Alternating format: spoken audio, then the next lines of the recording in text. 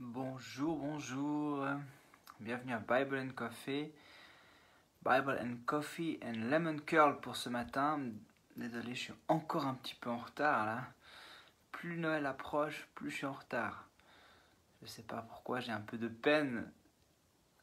Mais c'est que vous allez comprendre aussi pourquoi après. Bon café à vous qui êtes là. Merci d'être là ce matin pour ce dernier petit moment avant Noël, ce dernier petit moment de Bible and Coffee. Alors pourquoi Bible and Coffee and Lemon Curd? C'est, vous savez, l'autre fois j'avais des super lait curly. En fait j'en ai repris un avec aujourd'hui. Mais c'était qu'hier soir il y avait de nouveau une super odeur dans ma maison. De nouveau tard le soir, c'est là que ma femme fait des choses. En fait c'est sa manière à elle de s'associer à ce moment. Puis elle a fait du lemon curd, vous savez, c'est une super crème citron, enfin un truc citron là. C'est juste une tuerie ce machin. Alors je me dis, je vous fais goûter aussi. Alors si vous prenez ça avec un lait curly à l'intérieur, vous trempez un lait curly. Alors c'est pas régime, mais c'est hyper bon. Hyper bon. Et puis hier j'aurais pu faire lemon curl, j'aurais pu faire Bible and Coffee and soup. Parce qu'il y avait une odeur de soupe incroyable à minuit hier soir, dimanche soir. Mais bon, vu que le lundi c'était mon jour de jeûne, je pouvais pas vous faire de la soupe. Puis bon, la soupe le matin, c'est vrai que c'est pas super. Bon, alors vous n'avez pas le choix de goûter mes laits curly et notre crème de citron délicieuse. Ah, je dis Noël s'annonce bien chez nous, hein. En tout cas, ça risque d'être... ouais, on devra faire attention les excès de table, quoi. Bon, allez, soyons un peu sérieux. Non, mais j'espère que vous allez très bien. Vous êtes prêts encore pour cette journée. Je ne sais pas si vous travaillez jusqu'au 24, si vous pouvez vous arrêter ou pas. Ça dépend de vos professions. Mais en tout cas, que le Seigneur bénisse aussi ce temps pour vous et vos familles. Et j'aimerais juste revenir ou continuer dans cette prophétie de Michée, chapitre 5. Et puis, j'aimerais relever un aspect, une chose qui est basique. Hein, on n'est pas là pour faire non plus de l'enseignement théologique high level, mais que je trouve toujours bien sûr très fort. Donc, on a lu ce premier verset hein, qui disait « Et toi, Bethléem Ephrata, qui est petite parmi les villes de Juda, de toi sortira pour moi celui qui dominera Israël, et dont l'origine remonte loin dans le passé à l'éternité. » Puis là, je ne l'ai peut-être pas redit hier, mais c'est vrai qu'on avait parlé hein, du fait que vraiment c'est Jésus, Dieu, celui qui était déjà au commencement. Et puis là, cette prophétie nous le redit aussi, hein, c'était celui qui est, qui remonte à l'éternité. Mais sortira de toi, donc Bethléem, celui qui dominera sur Israël. Hein, c'est un terme fort, hein, dominer. Et puis, en même temps, alors qu'il va dominer sur Israël, un petit peu plus loin, il est écrit au verset 4, « C'est lui qui ramènera la paix. » C'est lui qui ramènera la paix. Et en fait, et je trouve fort le contraste entre ce roi, déjà, en fait, c'est plein de contrastes, tout le temps. C'est ce roi qui vient comme un bébé, dans une étape, dans la simplicité, dans l'humilité. Et puis c'est un roi donc qui va dominer, mais en même temps c'est celui qui amène la paix, ou qui ramène la paix.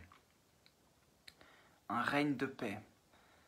Vous voyez un peu le contraste, dominer, ce terme fort qui pourrait... Ouais, on voit cet aspect de domination, de soumission, de puissance, et en même temps cette paix.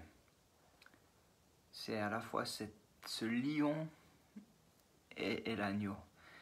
C'est tellement fort sous ces contrastes. Alors, si je viens un tout petit peu sur la paix, vous vous souvenez aussi qu'on avait vu en Ésaïe chapitre 9 qu'il sera appelé, il y a tout ce Ésaïe 9, 5, où il est dit, donc ces noms hein, aussi, on prophétie, on est quasiment 700 ans avant, En effet, un enfant nous est né, un fils nous a été donné. La souveraineté reposera sur son épaule. On l'appellera merveilleux conseiller, Dieu puissant, vous vous souvenez, Père éternel, Prince de la paix. Alors donc vraiment cet aspect de paix est très très présent, très fort. Et puis un autre texte que je veux juste souligner, c'est au moment où les anges en fait sont là, les anges se révèlent et se révèlent au berger. C'est Luc chapitre 2, je le prends vite avec vous. Luc 2, 14. Désolé. Il est dit, donc il se révèle au berger, hein, et puis il y a un ange qui est comme le porte-parole, le messager. Hein, où il est dit, aujourd'hui dans la ville de David, il vous est né un sauveur qui est le Messie, le Seigneur. Là c'est le verset 11. Et après il dit à quel signe ils vont le reconnaître. Donc ce sera donc voilà, quel signe vous le reconnaîtrez, vous trouverez un nouveau-né enveloppé dans les langes, couché dans une mangeoire. Et puis verset 13, et tout à coup, une foule d'anges de l'armée céleste se joignit à l'ange. Ils adressaient des louanges à Dieu et disaient gloire à Dieu dans les lieux très hauts, paix sur la terre et bienveillance parmi les hommes. Donc bon, c'est juste magnifique d'imaginer cette scène. Hein. Du coup, il y a une armée, je sais pas si enfin c'est difficile en fait d'imaginer ça, une armée céleste qui se joint. Donc c'est vraiment la fête dans le ciel, c'est la joie. Et ça, c'est encore ce que j'aimerais transmettre aussi le 24, quand on aura notre petite veillée de Noël à l'Escale. Mais il y a une joie extraordinaire à cette naissance dans les lieux célestes. C'est la folie, quoi. C'est comme un feu d'artifice là dans le ciel, ces anges qui sont là, et puis qui adressent leur louange, gloire à Dieu dans les lieux très hauts, mais paix sur la terre. Paix sur la terre. Donc il y a comme quelque chose aussi comme la mission de Jésus qui est là, comme quelque chose de prophétique. Oui, gloire à Dieu dans les lieux très hauts, paix sur la terre et bienveillance parmi les hommes. Donc, qui c'est qui peut donner la paix sur la terre et la bienveillance parmi les hommes? C'est bien Jésus. Paix sur la terre. C'est à la fois comme une louange de cette réalité, qu'il est celui qui vient donner la paix sur la terre. Et puis, vous connaissez aussi ce texte de Philippiens 4. C'est vrai, on le cite assez souvent, mais il est nécessaire de le faire. Hein. Philippiens 4, versets 6 et 7, où il est dit « Ne vous inquiétez de rien, mais en toute chose, faites connaître vos besoins à Dieu par des prières, des supplications, dans une attitude de reconnaissance, et la paix de Dieu qui surpasse toute intelligence ou qui dépasse tout ce que l'on peut comprendre, gardera votre cœur et vos pensées en Jésus-Christ. » Et là aussi, quoi, c'est la paix de Dieu. C'est Jésus, le Prince de paix, c'est lui qui vient donner cette paix dans nos cœurs. Donc, pour ce dernier Bible and Coffee avant Noël, j'avais vraiment cette prière pour vous, que vraiment vous puissiez recevoir cette paix, recevoir la paix de Dieu, que ce Prince de paix vienne comme dominer aussi, vienne dominer dans votre vie, vienne dominer dans vos pensées, vienne dominer dans vos relations, peut-être dans vos relations familiales, afin qu'il vienne établir son règne de paix, son shalom.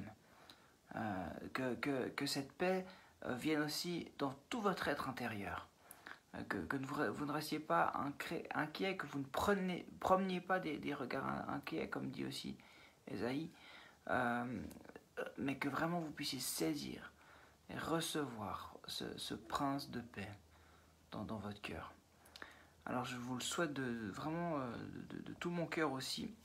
Et puis je veux vous bénir, je vous remercie aussi pour votre fidélité dans ces Bible and Coffee. Et voilà, vous êtes vraiment précieux.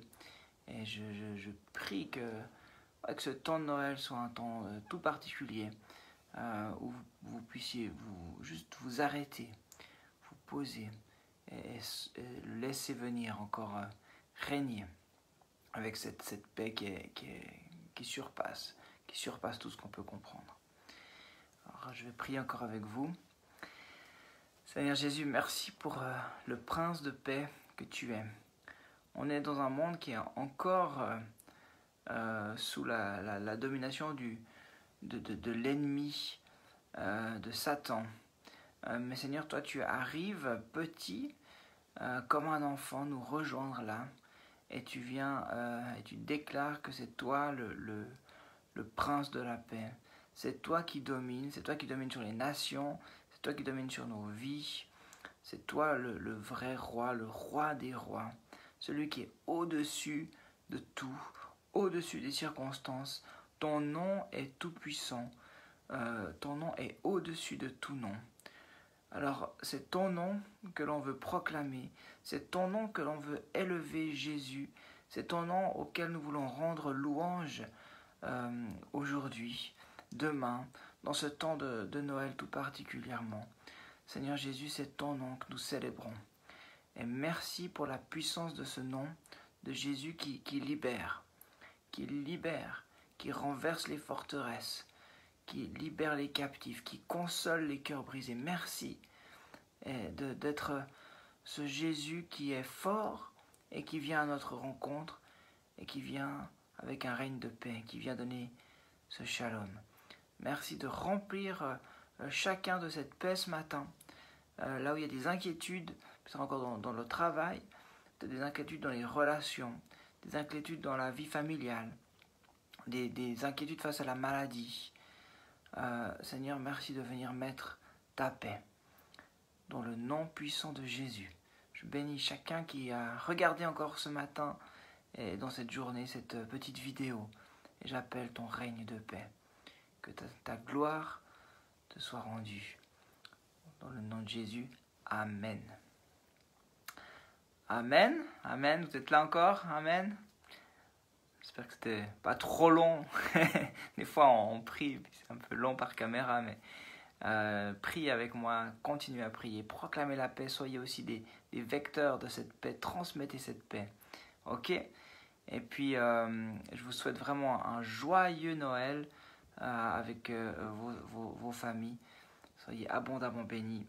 Et puis, profitez aussi des bonnes choses de la vie, comme le lemon curd et les lait curly. Allez, à bientôt les amis. Joyeux Noël.